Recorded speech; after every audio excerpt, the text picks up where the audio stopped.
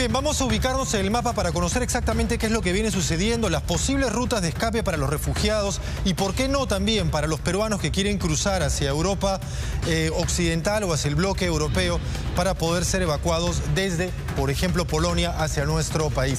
Este es el mapa de Ucrania y en general la zona del conflicto este europeo, frontera con Rusia.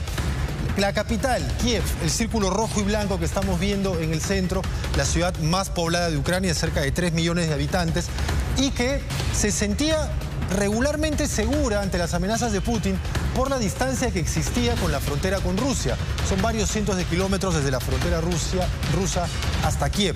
Sin embargo, como se temía también, Rusia utilizó un país satélite, digámoslo de esa manera, que es Bielorrusia, un régimen más que cercano a Moscú, para invadir Ucrania y su capital, Kiev, de manera más cercana. Entre Bielorrusia y Kiev, la distancia es de unas pocas decenas de kilómetros y es por ello que las tropas rusas están tan cerca ahora a la principal ciudad de este país. Hay otras ciudades importantes como Yarkov, que está por acá, Odessa, que es uno de los principales puertos de Ucrania, que está frente al Mar Negro, y así también como Mariupol, muy cerca a la región de el Donbass, que es toda esta región y que está integrada por básicamente dos entidades políticas que ahora se declaran independientes, Lugansk y Donetsk.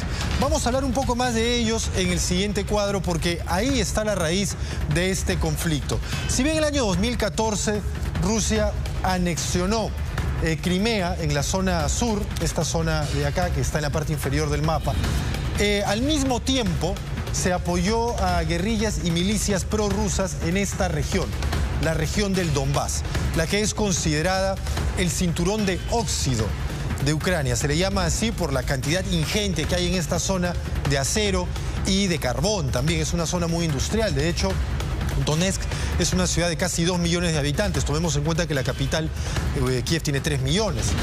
Este lugar es considerado ahora una zona independiente por la República de Lugansk y por la República de Donetsk, según Rusia.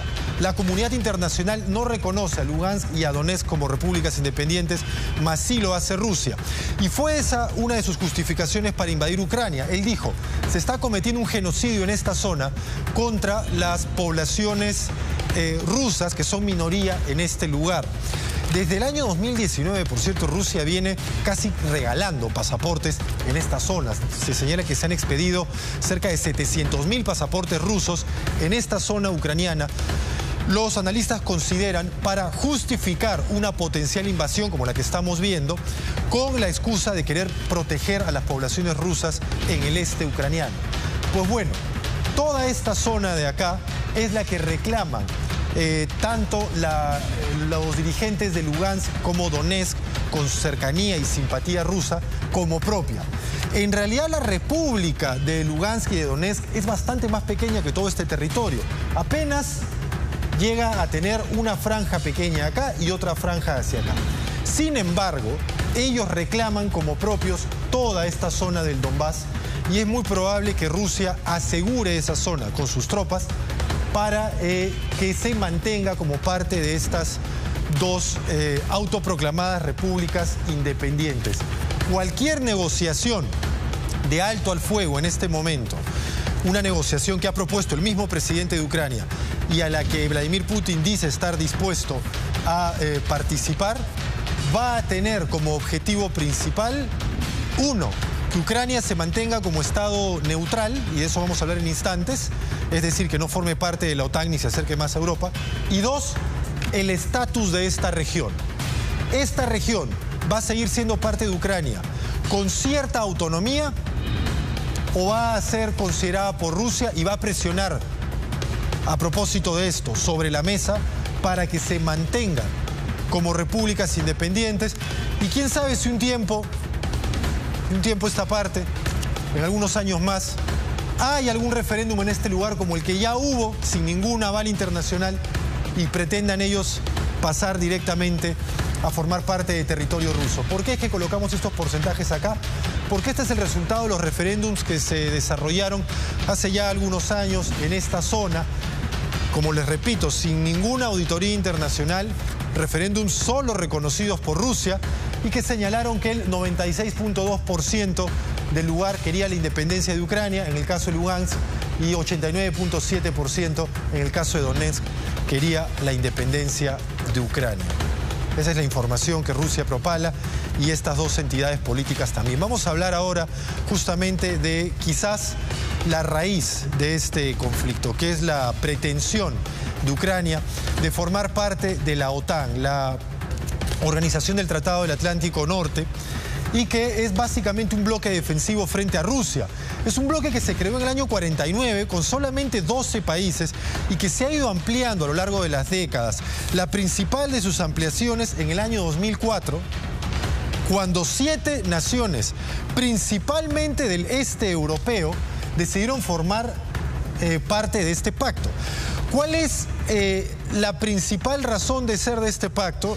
Acabo de señalar que es el protegerse de una eventual agresión rusa. Pero, y quizás lo que hace que sea atractivo formar parte de él, los integrantes de este tratado, que hoy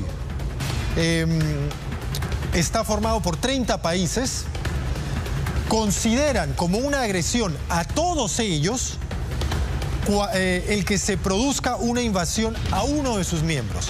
La nación más pequeñita de la OTAN, por ejemplo Estonia, aquí en la frontera con Rusia también, de hecho uno de los países bálticos. Si es que un soldado ruso pone un pie en Estonia, inmediatamente toda la OTAN, sus 30 naciones, entre ellas Estados Unidos, por el acuerdo firmado, están en la obligación de defender a esta nación y de actuar como si hubieran invadido a cualquiera de ellos.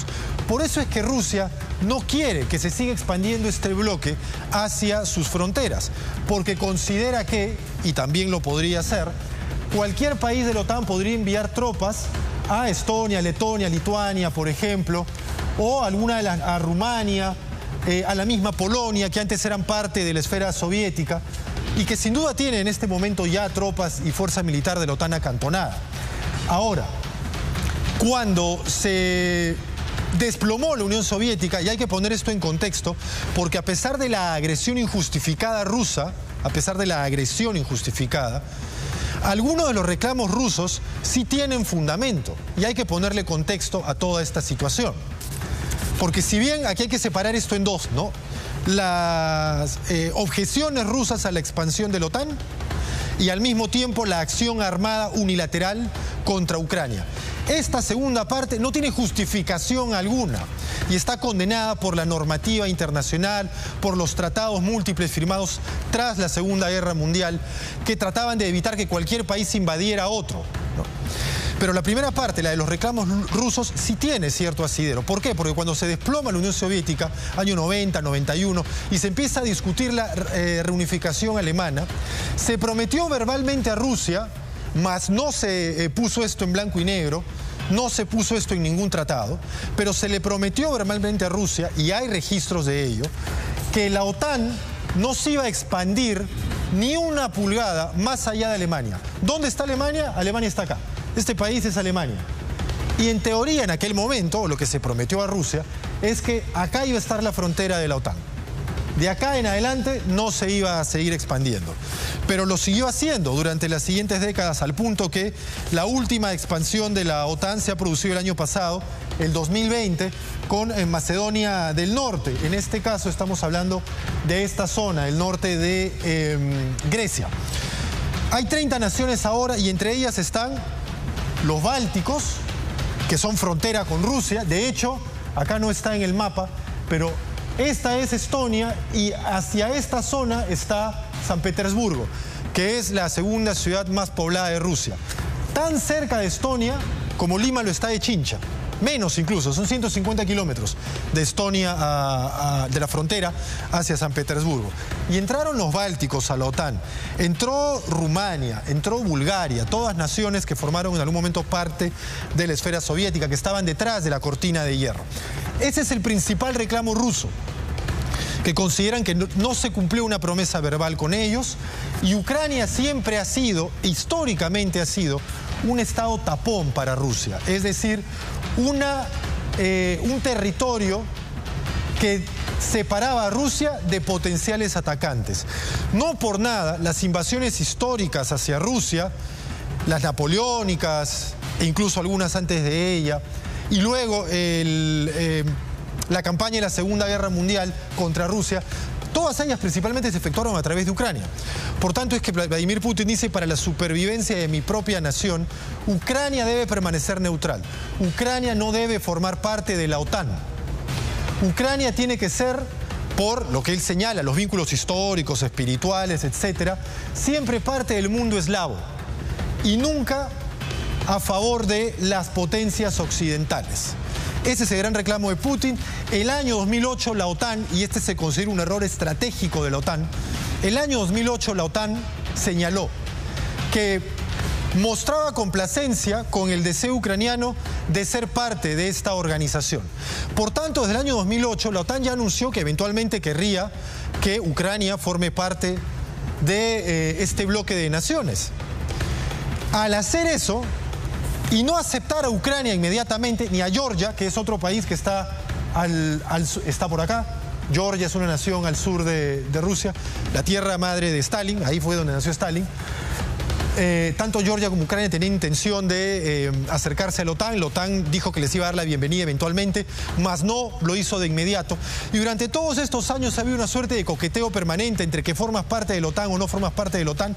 Esto evidentemente crispó a Moscú y le dio tiempo durante todos estos años a Putin para preparar una estrategia que impidiera la anexión ucraniana o el deseo ucraniano de formar parte formalmente de la OTAN. Dicen que la guerra no deja de ser la extensión de la política y los objetivos acá finalmente son políticos. Que Ucrania no forme parte de la OTAN y luego que, poco a poco, como el mismo Putin ha señalado, algunas zonas que ahora Ucrania considera parte de su territorio soberano, así como la comunidad internacional, formen parte de Rusia directamente o parte de su esfera de poder. 8:13, vamos a hablar ahora muy rápidamente de otra de las razones que agrega un elemento adicional a este complejo tablero de ajedrez que se está jugando en Europa y esto lo voy a solamente hablar muy brevemente. Rusia no deja de ser uno de los principales exportadores de hidrocarburos a Europa.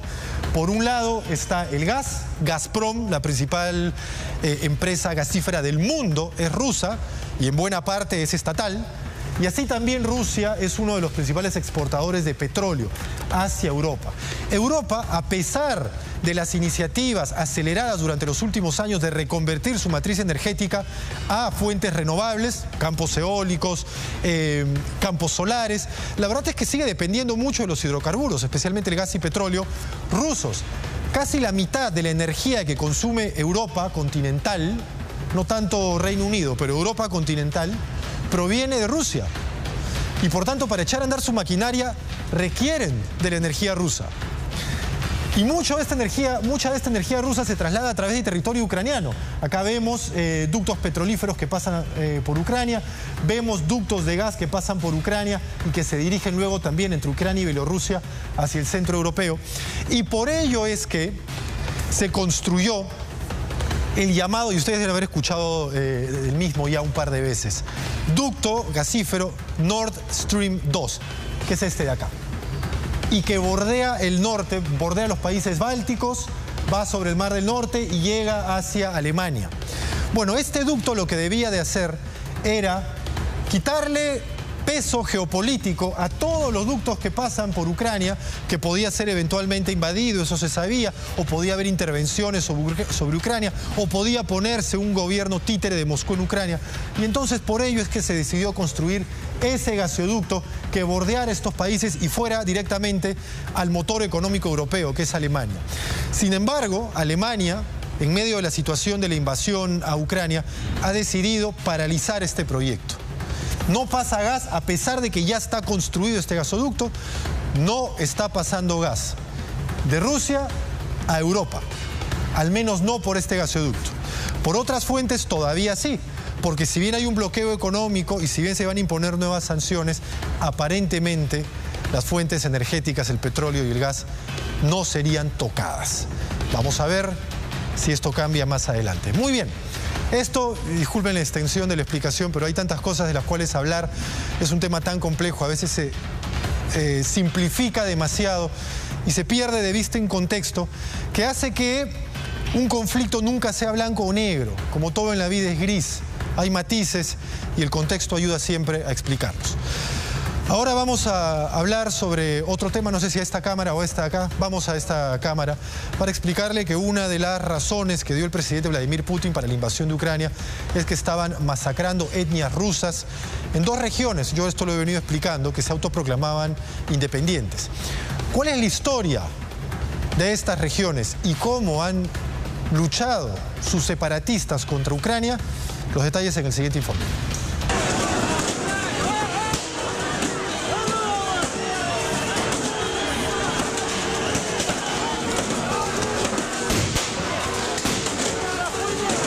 Abril de 2014. Una violenta protesta se registra en Donetsk, Ucrania.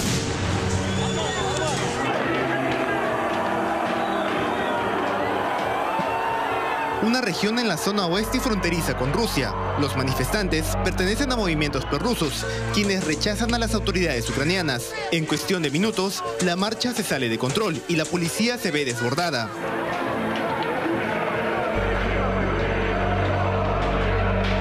Les quitan los escudos y los reducen a golpes. Así, las instituciones públicas de Donetsk son tomadas por los movimientos separatistas que ansían regresar al control ruso.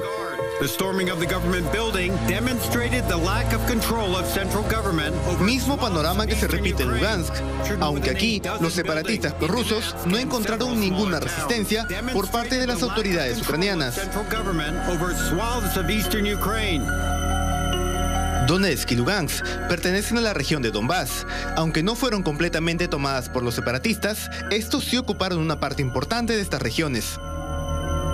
Con los colores negro, azul y rojo en su bandera, se autoproclamaron como la República Popular de Donetsk, mientras que tomando los colores celeste, azul y rojo, la otra región rebelde también se autoproclamó como la República Popular de Lugansk.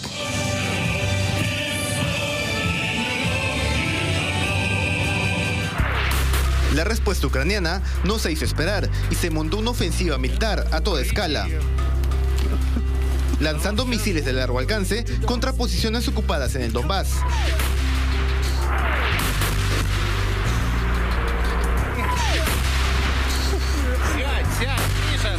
Estas son tropas ucranianas retomando el control de un edificio estatal cerca de Donetsk.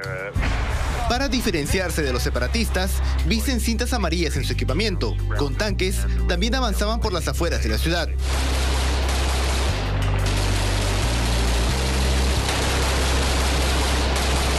La batalla por el aeropuerto de Donetsk fue uno de los combates más largos del conflicto.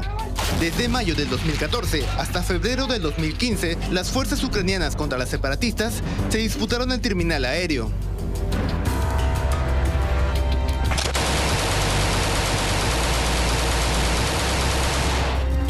En 8 meses de enfrentamiento, el aeropuerto cambió de bando hasta en 3 oportunidades.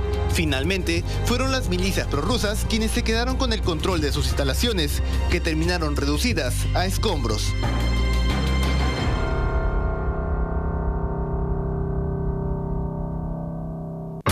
Aunque Rusia negó ser parte de este conflicto, para algunos países miembros del Consejo de Seguridad de las Naciones Unidas, es justamente Rusia quien ha dotado de armas y tiene gran influencia en las zonas de Lugansk y Donetsk, autoproclamadas repúblicas populares. Según cifras del gobierno ucraniano, este conflicto ha dejado alrededor de 15.000 muertos en acciones militares de ambos bandos. Además, también deja un saldo de cientos de prisioneros de guerra.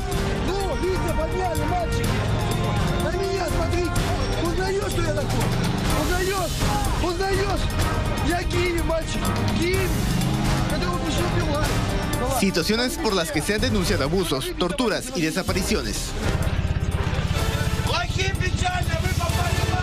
8 años de combates en esta región llegan a su punto más crítico luego que el presidente ruso Vladimir Putin reconociera las regiones de Lugansk y Donetsk como no dependientes de Ucrania y tomara acciones militares para, según señala, detener el genocidio contra grupos étnicamente rusos que viven en la región de Donbass.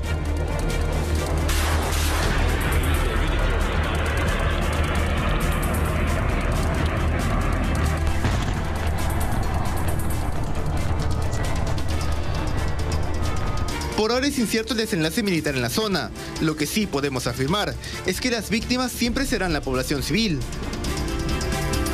Muchos se han ido, algunos han muerto, algunos escaparon. Es una pesadilla. La ciudad está vacía. Solían haber 15.000 personas acá. Ahora no sé si hay 1.000 personas viviendo aquí ahora. Las próximas horas y días serán decisivos para el futuro del largo conflicto que afecta Ucrania.